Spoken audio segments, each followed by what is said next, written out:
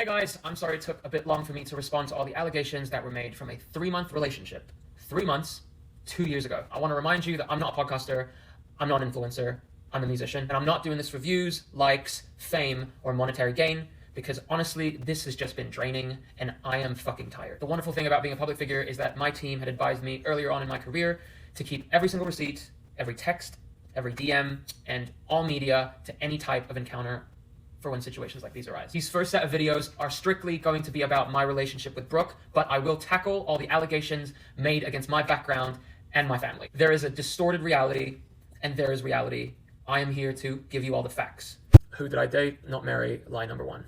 My boyfriend, who I've been with for several months, like 6 months, you were with a guy and you just like adapted his lifestyle. You didn't do anything for yourself fully. 5 or 6 months into our relationship, I found out. How long were you guys together for? Not even long. We were together like 7 months. Brooke Schofield had a brief 3-month relationship over 2 years ago. To which I reply, why on earth would I want people to think I dated you longer than I did? I really don't know why, but for some reason you seem to be confused. We only dated for 3 months. Let me show you the receipts. We met at my show, just like she said, on May 13th. This was June 2nd. A conversation with our mutual friends at the time. He asked, have I asked her officially yet? I say, I haven't, June 2nd. And on the 7th of June, as you can see, is when we actually got together. And just to confirm that even more, I texted my best friend on the 9th of June, 2 days after we got together, saying, I have a girlfriend now, you should meet her. And she actually says on a podcast when we broke up. He performed at a festival that, like, in Vegas. So I had been vlogging the whole time. And then we broke up at the very end of the... That festival was Life is Beautiful. I performed on September 18th, 2022. On the 20th of September is the date we broke up. Here are the texts. So we got together June 7th and we broke up September 20th, which is exactly 3 months and 13 days. So 3 months. And on top of this, we have a mutual friend who she tried convincing on Instagram that we dated for 7 months with pictures that have dates. Here is the DM that she sent to him and the pictures that she used to try to prove to him that we dated for 7 months. The first picture she sent to him to convince him when we got together is obviously not the day we got together. May 14th was the second night that we ever met. And the date on the second picture is October 2nd. This was not the actual date of the picture. This was taken on film and we didn't get the photos developed until this date. The actual date of that picture is September 18th, the day that I played the festival, and we broke up 2 days after that, September 20th. She's also said that we got back together after we broke up. Did you break up with him? No, he broke up with me. He broke up with me, we got back together, I broke up with him. What was it, just blocking him? So we had gotten back together. I'm never gonna get back with this man. And then, of course, 2 weeks later, I'm delusional and I'm gonna get back with this. We did not get back together after we broke up. We did see each other multiple times and still texted. This was a month after we broke up, October 21st, 2022, clearly stating that we were still broken up. This was the next month on 8th November, still showing that we did not get back together. And then this was the 24th of November, still showing that we did not get back together. And then this was on January, still showing that we did not get back together. And then February, again showing that we did not get back together. Who did I date? Not marry. Lie number 2. So we are technically in a long distance relationship, but we never separate. So we are never separating. And like I said, we spent every single second together. We literally went on our first date and never separated. So when you were with him every day, so it was just every day, like watching him work every day. Yeah. Wait, you're together every day. How does that happen? For some reason, she has said that we were together every single second of every single day. That is not true. We weren't. I'm going to show you all the days that we saw each other from our first date to when we broke up. I looked through every single one of our texts and photos, and I put all the days that we saw each other on a Google Calendar. Also, I can show you every text and photo of when we were together in person, but I cannot be asked to make a 12-minute video on this subject. Here is the first month from when we had our first date. I've labeled it B for every time we saw each other. Yellow is for when we saw each other either during the day or just at night, and red is for when we spent the night together. Our first date was on the 15th of May. So from the 15th of May to the 15th of June, we had spent a total of 15 days together out of 30 days. And on the second month, from the 15th of June to the 15th of July, we had spent 16 days together out of 30. In the third month, from the 15th of July to the 15th of August, we spent a total of 17 days together out of 30. And on the fourth month, from the 15th of August to the 20th of September, when we broke up, we spent 16 out of 35 days together. So from our first date to when we broke up, it was a total of 125 days. Out of 125 days, we spent 64 days together, which is essentially half. So we did not spend every single day together. And we did separate for more than half the time that we knew each other. She also said this in the same video. Just every day, like watching him work every day. Yeah. This is also not true. She never came to the studio with me and watched me work. In fact, this was the one and only time she was at the studio with me. We were on a trip and I had to last minute cut vocals for the album. Another thing that she says constantly is that we lived together. Keep in mind, I live with this man as living with a man, but I was like living. We did not live together, and you can see that plainly from the Google Calendar and the amount of days that we were together. But here is more proof of her stating that it's her apartment. Another one of her saying it's her apartment, and another one of her stating that she's moving into a new apartment. Well, I was living with this man, so imagine every morning he's like waking up. He didn't live here, so he moved into that apartment, my last apartment, with me. Oh, like wow.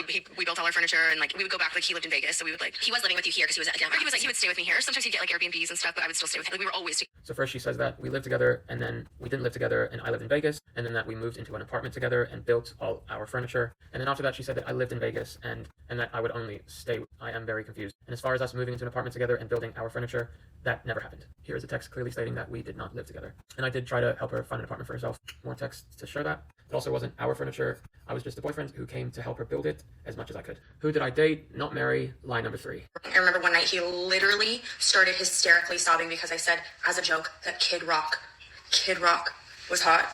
This is not true, so let's get this story straight. This fight happened on the 20th of August.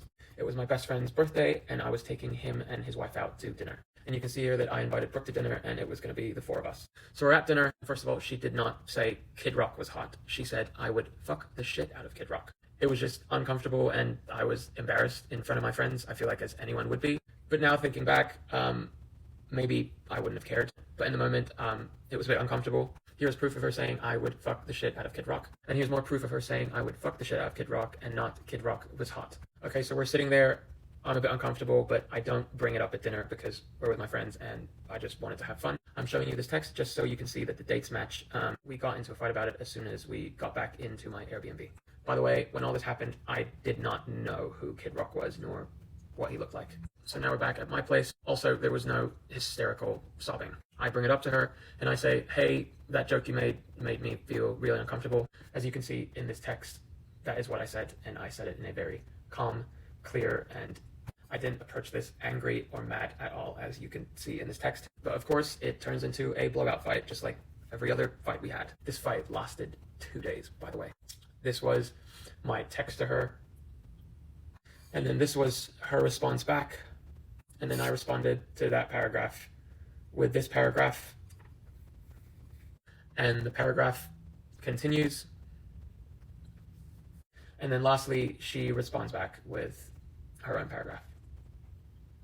So if you paused and read the paragraphs, you would know what actually happened that night. It wasn't Kid Rock was hot, nor was I crying about that. Also, this was the second time that she met my best friends. I'd like to think that it would make anyone uncomfortable at dinner with friends. Obviously, I know it was a joke, and thinking about it now, maybe I wouldn't have been uncomfortable now. I don't know. But at the end of the day, I approached it in a very healthy and calm way. Who did I date, not marry? Lie number 4. Okay, part 3, who the fuck did I marry? All right, so after the club, he and I went alone to a little diner in LA called Mel's Diner. It's 24 hours. You can go out to the club, get fries, shakes, whatever. And he and I order literally every single thing on the menu, and we sit there for like 4 hours and just talk. May 13th was the first night that we met, the night that she was talking about. We were still at the club at 1:51. It was about to close. I took a video of her at 2:55, so we were there around 2:20 to 30 a.m. This is my Uber ride receipt, 13th of May. It's going to scroll down, 3:08 a.m. That is the address of Mel's Diner, taking me back to where I live. So if we do the math, it's not 4 hours. We were there for an hour. So I'm at the one hotel, one of the most beautiful hotels in all of Los Angeles. Okay, it's like several $1,000s a night for like the. No, it wasn't a couple $1,000s a night. A very nice embellishment to make it seem extravagant. It was $600 a night.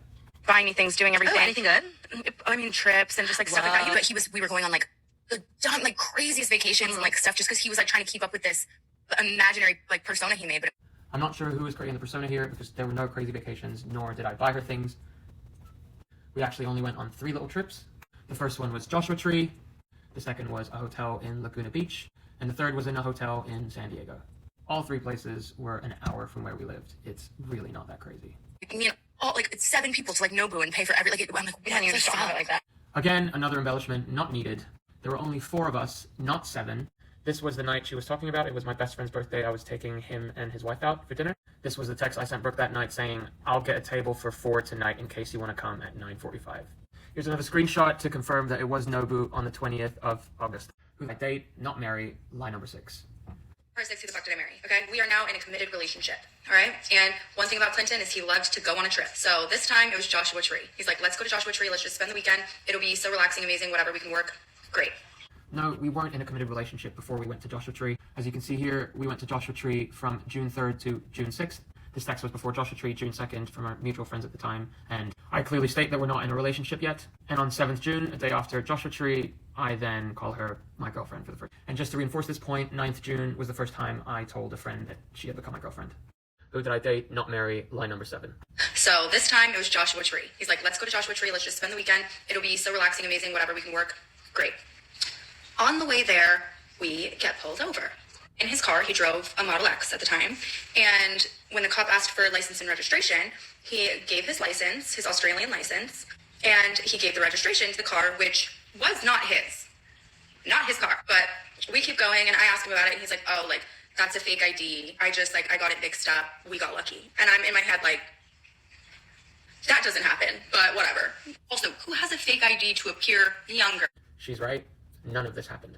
First of all, we didn't get pulled over going to Joshua Tree. We got pulled over going back to LA from Joshua Tree. Here's the text on 6th June, the day we left Joshua Tree. I said, thank you for driving the rest of the way back, because after being pulled over, I couldn't drive the rest of the way. Second of all, I did not give a fake Australian license. I actually didn't give any license. I had told the cop that I left my license and ID at home, and he ended up giving me a ticket for it.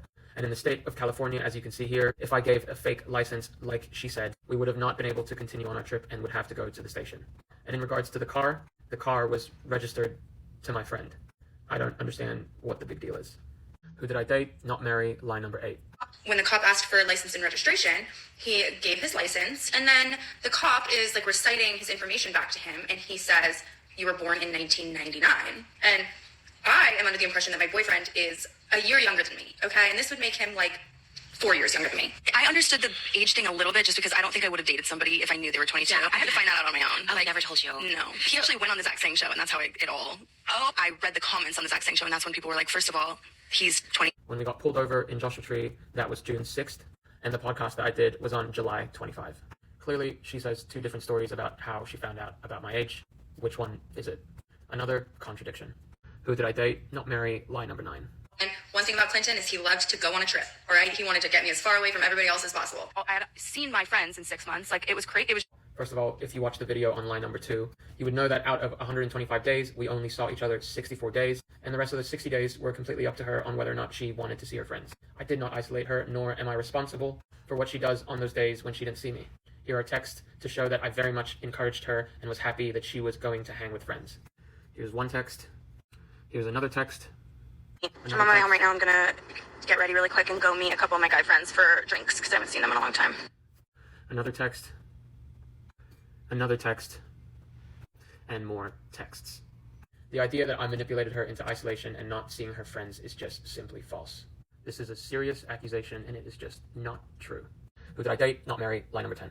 I feared for his mental health, okay? I didn't want anything to do with that because I couldn't do it in good conscience. I have been very adamant about like not wanting to talk about that online, like at all. You'll never want something to come out that could ruin your whole like career. Yeah. Like, and I still loved him. I had a good relationship with him. Like, he was a good boyfriend. When that whole thing first happened, I was hesitant to talk about it online because I was so scared, and I just felt bad for him. I feared for his mental health. No, she did not care about my mental health, which is totally fine. Just don't lie about it. Her only concern was threatening and manipulating me a month after our relationship in October. This was completely premeditated, and I will show you proof right now. This is the first text. This is the second text. I'm going to show you the note now. This is the list that she made and sent to me, things I could do to Clinton that would be half as bad as what he did to me on October 31st, 2022, a month after we broke up. And you can see that she's completed a lot of the stuff on the list, even though she keeps on saying she's concerned for my mental health. Also, keep in mind that in the last 2 years, she's been on 30 different podcasts and more talking about the same shit. This is another text that shows it. This was also in October. And then another text stating the same thing. And then a tweet on January 18, 2023. I don't think she was very much concerned with my mental health. Who I date, not marry, lie number 11. No, were any of his friends like that you would hang around with? Didn't they know him from the past? No, or? that was a huge red flag of mine too that I should have paid attention to. He had 0 long-term friends. Like, I've had friends obviously that I've known since I was a kid and stuff, or even just a few years. Nobody in his life knew him for longer than a year. I'm very confused about this. She's met a handful of my friends that I've known for a year and longer. And had our relationship lasted longer than 3 months, she would have met more. This picture was taken the second night that we met. There are 3 people behind her who she met that I have known for over 3 years. We even went to one of my best friend's weddings, who I've known for 6 years. And to cap it all off, she was at my album release party where she met a lot of my friends. Who did I date? Not marry. Lie number 12. And just like he said I love you like 3 days after we met. No, this did not happen. We met on May 13th. This conversation was on the 11th of June. This was the first time she jokingly said, I love you, a whole month after we met. More texts to prove that. And then on the 15th of June, a whole month after we met, we said love you. And then on top of that, she said, I love you first. Who did I date? Not marry. Lie number 13. I think this in the most humble way possible, truly. Like, I really, truly do. Canceled amasses more listeners in one singular week than Clinton Kane has in an entire year. I'm sorry. She has stated that they get more listeners in a week than I get in a year, but I'm going to give them a month instead of a week. For the month of April 2024, they had 8.4 million listeners, and in 1 year, for just one of my songs, only on Spotify, I had 84 million. And on top of that, this was last year on Spotify alone, where I only released 4 songs. Who did I date? Not marry. Lie number 14. Treating underlying mental health conditions is very important because had I known what was wrong with me, I would have never gone near that man to begin with. But you did know. I first got diagnosed with BPD. I was literally like, I'm like, that is not true. What year was it? Do you remember when you found out? I think I was like 18, 17 or 18. Oh, you were young. What are you diagnosed with?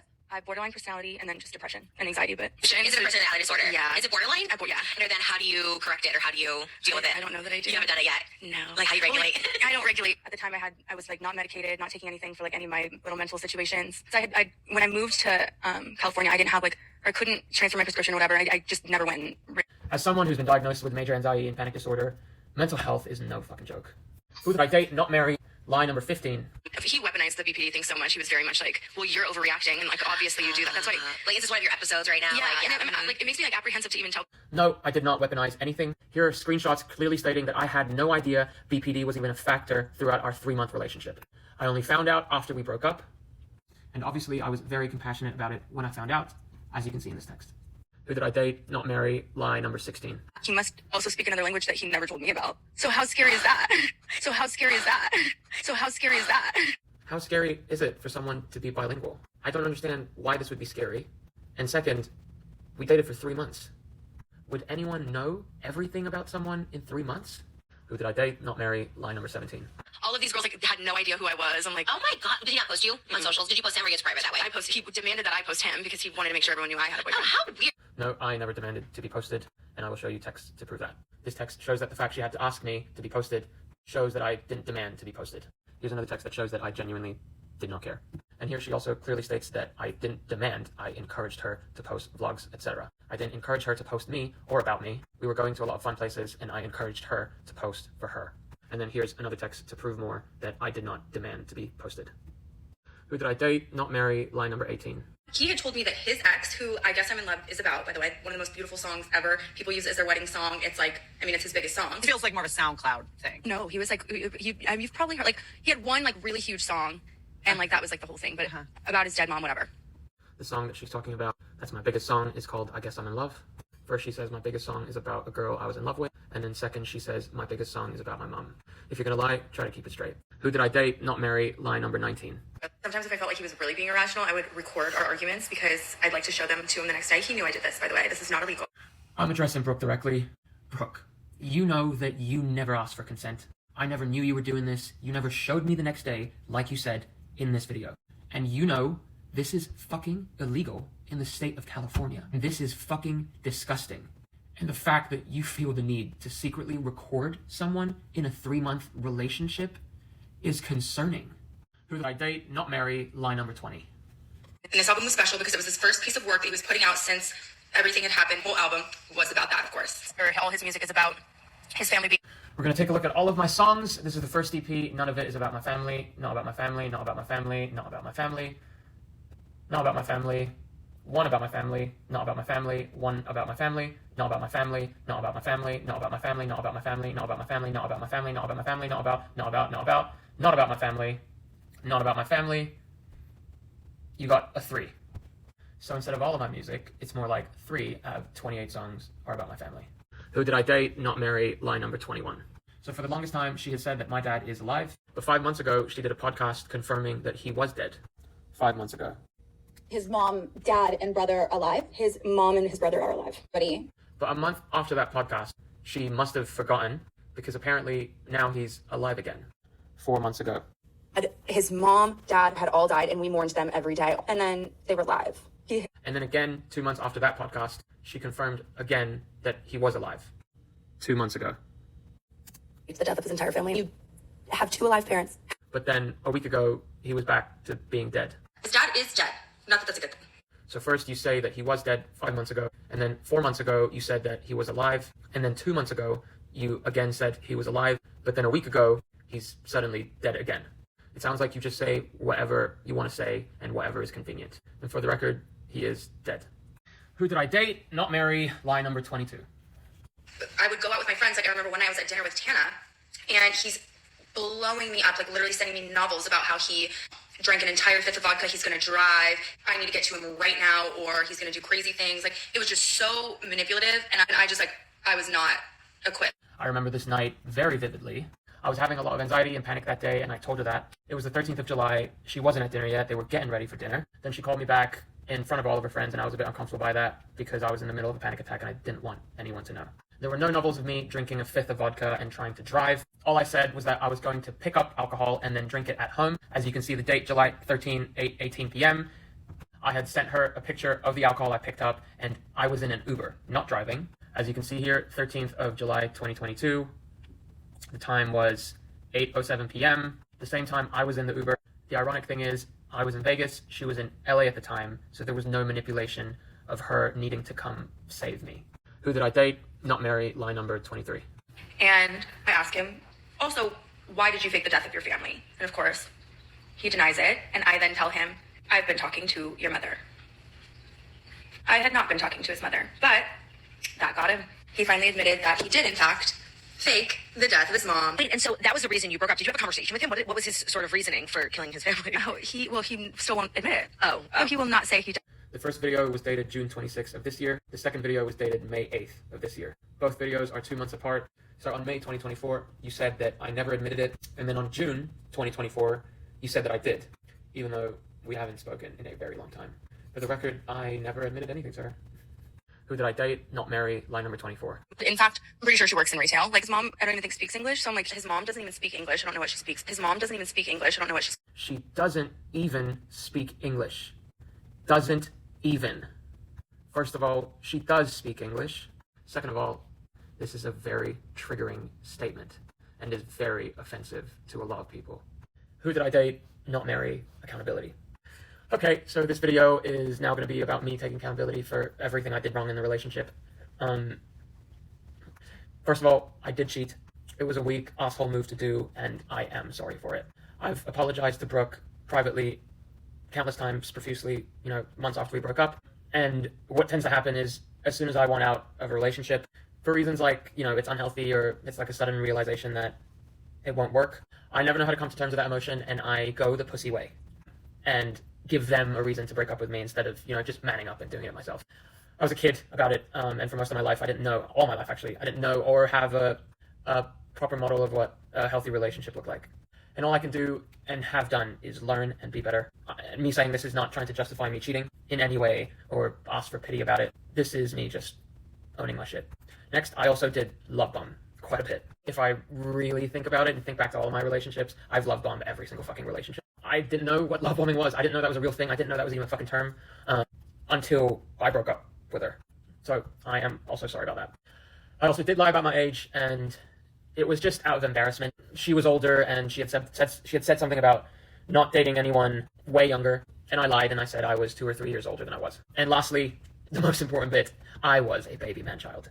In my past relationships, I've always been an insecure person, and I'm not going to dive into that emotion because I already do in therapy. And for the most part, I was insecure about meaningless and useless things, and thinking back about it, I cringe.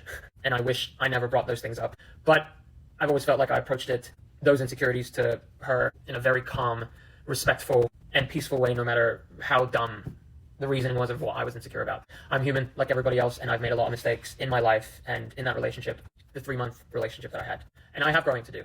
But this video is just me owning 50% of the relationship. I have shown every single receipt to show the lies that were made up. And I've admitted my wrongdoings, and that concludes my 50% of the relationship. So now I just hope to end my attachment to this relationship, and I just want to move forward. Alright guys, in this video we're going to talk about why my accent is the way that it is, and where I'm from. I was born in the Philippines in 1999. I'm missing 3 more passports that I cannot find. Before the age of 1, I moved to Australia, where I had family. While I was there, according to Google, I have learned an average of 1,500 words with the regional dialect of Perth. Then I moved to the UK, where I learned more words with the regional dialect of Manchester. And then I was in Brunei, where English is not the primary language, and they had a specific English regional dialect. And then I was in Singapore, and then I was in Cyprus. There were several back and forths in the countries listed above in no specific order. And then when I turned 18, I ended up in Greece on my own. Then I turned 19 and I came to the United States of America. And in between the ages of 19 and 24, I lived in between Amsterdam, Sri Lanka, Indonesia, and the United States of America. And just for you, the viewer, when I say I lived somewhere, it is anything longer than 6 months. Now, having all this info, which has already been specified in the last 6 to 7 years in every single publication and interview, I did not hide any of this. You can see how my accent is amalgamation of all of these places. My accent isn't a typical Australian accent, and I've never once in my life claimed that it was. At 19 years old, when I moved to America for music, my record label and team needed one place to say where I was from, and since I did not live in the Philippines as a child, I chose Australia because, honestly, it was just a beautiful memory, and and that's where I spent my formative years. I adopted just saying I was from Australia because I didn't want to list all 10 places that I've lived in and tell my life story every time I would make small talk with a stranger. That's about it. So if for some strange reason you have a problem with my childhood, I recommend that you please take it up with your therapist. Have a lovely day. I wrote something down on my notes because I'm not very good with speaking about my feelings in the moment. I mean, that's the whole reason why I kind of got into this mess in the first place.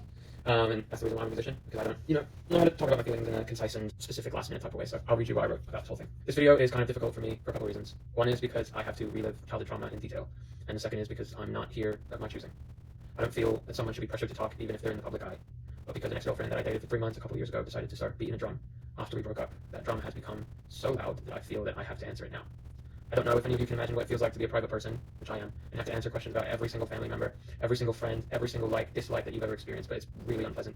And the reason why it's unpleasant is because somebody is sitting around telling you everything that you remember is a lie. I want you guys to really sit and think about how horrible it would be for anyone to do that. But I will do my best and give a description of my childhood.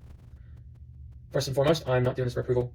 I'm really just doing this so someone can finally tell the truth, and that someone would be me, because it's my life and no one else's. At the beginning of the pandemic in 2020, I received a DM from a random stranger telling me that my father had died of lung cancer. I hadn't spoken to him for quite a while because he was a fucking asshole. Saying that, he was still my dad. And as anyone with a dysfunctional family knows, even when you don't understand family, you so desperately want to make sense of it. And it just so happens so that I couldn't make sense of it and did what I always do and pretended that it didn't exist. A few months later, I received a phone call from my best friend, the daughter of a really amazing woman I met when I was traveling Europe. She had an accident, and we all thought everything was going to be okay. My best friend was around my age and thought that I should know because, we were just family at that point. I really didn't think anything of it, to be honest. And then a short time later, I got a phone call that she had passed away. Once again, I went into denial. I really just didn't do well with loss. I moved so much as a kid that I would disregard any kind of sadness over loss because it was pretty much the norm. Since so many people told me she didn't exist, I'd like to take a moment and tell you a bit about her because she was fucking awesome. When you feel like you're kind of just floating in life and nobody gives a shit about you, and then someone randomly comes up to you and says that you matter, and you kind of just go limp because you really needed to hear it in that specific moment. This woman showed up. This woman was so loving and so caring towards me. And kind of funny because we sort of just hit it off one day apart randomly. And from that, we built a relationship. And as I said earlier, she had 2 children around my age. And I think that's why she kind of knew where I was at mentally, just looking at me and not even knowing me. And for the year that I knew her, she changed the way I thought about family. And it was just one of those magical moments, those spiritual moments that I didn't believe back then. Now I do. When you meet someone and you feel like you've known them your whole life. I never spoke about her because I honestly didn't think I had to. I'm sure all of you guys have people you meet and don't feel the need to announce it. But it's actually kind of nice to be open about it and tell you about her. It's profound when people have affected you and inspired you in a really good way, and you kind of just hold them close, and that was this one. I always kind of felt shame about it, though. My mom was a pastor, and our household was extremely religious and godly, and I just felt really weird saying to anyone that I cared for this person as much as my mom, or that I viewed her in the same exact light. And I never said it to anyone because it really was no one's business. And on top of that, there was a belief in my heart that no one would get it or understand. And when people would ask, like, why are you so upset? Or who passed away? I just started telling them that it was my mom. Because my mom was absent for most of my life, and in some crazy way, it just sort of fit. And that she was the one that passed away. This is awful, I know. So I had shame about this motherly figure, and then I had shame about my mom. It's fucking horrible when I look back on it. And let me say, if you have judgment on me and tell me that was crazy, I would agree. But again, it's just the way I handled loss by not handling it. I don't know what else to say about it. It wasn't pathological lying like some people have said. I was a punk kid who gave a dumb answer on a podcast when he was working with anxiety disorder and had no business being on it until he was good with all the feelings that he was having. I guess management fucked up that day, but I'll take responsibility, and I fucked up. This brings me to another part of this video that I would really, really like to stress. I got into making music because it was a way for me to try to understand myself. For the last couple of years, I've struggled to make any music because I felt that it would be judged and then torn apart. And this overwhelmed me. I am so confused at this world that we live in, where someone can just take someone's life without facts or proof and tell the world some made-up stuff, which is damaging and hurtful. Yes, it's true. I started the shit from the podcast I was on, but it all came out whack because I just didn't have the skills to process any emotions. I didn't. I spent money like it was war. I dated girls and cheated on them. I loved people only to let them go and have them question if I really did. I did a lot of things that I don't do anymore, and for that I'm grateful. I've said all that I will say in regards to my family and my childhood. For the first 22 years of my life, I disconnected from my family and sort of lost my way because of their dysfunction. This drama with my ex-girlfriend has forced me to see that if I didn't change, I would end up just like them and just like her if I didn't make a change. So as you can see, I've never once said a bad word about my ex-girlfriend. I have since apologized to my family for my behavior and have tried to warn my dad and a mom to me. I'm trying to love myself, and I'm slowly getting there. And for those who want to perpetuate the lies and try to manipulate by saying damaging statements without proof, I hope you find more important things in this world to be concerned about rather than my life and me. But I look forward to sharing my emotions in my songs with my supporters that can appreciate where I'm at and have empathy towards it. It honestly feels good to have closure on the subject for me. So, sending love to all. Just a reminder, I'm a musician, and I personally have a hard time with talking about my feelings in the moment. So I've written something down as far as my mental health goes in the past 2 years. This is going to be a video about what my mental health has been over the last couple of years. I'm not really sure how or where to start with this. I think there's one word that comes to mind, and that is paralyzing. You never know what's going to happen to you in your life, and I would have never thought 2 years ago I would have dated a girl for 3 months, and my life would have gone from being on top of the world to laying in bed every day, but it did. I don't really want to go into details of the relationship in this video. I really just want to stick with the whole mental health aspect. I was diagnosed as a kid with major anxiety disorder and panic disorder, and my first ever video where I wrote my first ever song, which I got signed from, was even about a panic attack. I don't think a lot of people remember that, and I think this aspect of mental health is kind of brushed under the rug. While I've been going through this, you can notice by my postings on social media, Instagram, TikTok, everything, that there were long gaps where nothing was posted. The reason that occurred wasn't because I wanted to go away, it was because I was unable to function during the day and night. There were so many podcasts and so many negative comments coming from every direction that anyone who did not have access to therapy 4 to 5 days a week would have probably done away with themselves. The severity of how low I was is really actually hard for me to describe. Have any of you been in a place where the furthest that you're able to walk is from the couch to the bed and back? If you answered yes to this, then you understand. It was hard for me to think, breathe, eat, or even speak at times. People had given up on reaching out to me because I was just never available. I don't mean unavailable as in I'm talking on the other line. I was quite literally mentally unavailable. I debated ending a lot of things, but I never debated ending music. Those words probably piss some people off, and I hope they do. I will never stop music. I was so lucky I had a therapist, a friend, and my religion, which prevented me from giving up and, honestly, offing myself. The attempts to strip my memories from me and accuse me of a fabricated childhood is not only abuse, but just demented. I understand not caring for someone or even the idea of dreaming about their demise, but the idea that someone would attempt to destroy another person for any reason is beyond my comprehension. Through intensive therapy over the last 2 years, but even regular therapy for the years before that, I've learned that you really just have to believe in yourself and ask for forgiveness when necessary. Suffering is built into this life, and every time I get depressed, worried, anxious, frustrated, angry, or overwhelmed, I remember what I have made it through. I don't wish ill will upon anyone, but I do hope that people remember that you never know the shoes someone has walked in. This goes for relationships several years long, but especially 3 months. Once someone poisons your thoughts and your memories, they win by removing any joy you may have had growing up. But I'm happy to report that I still have joy. So, moving forward, I will dedicate time and my money towards mental health, but especially cyberbullying. If you're out there suffering, please reach out for help. You matter. And to all those people who stand beside me, thank you for your patience while I have grown.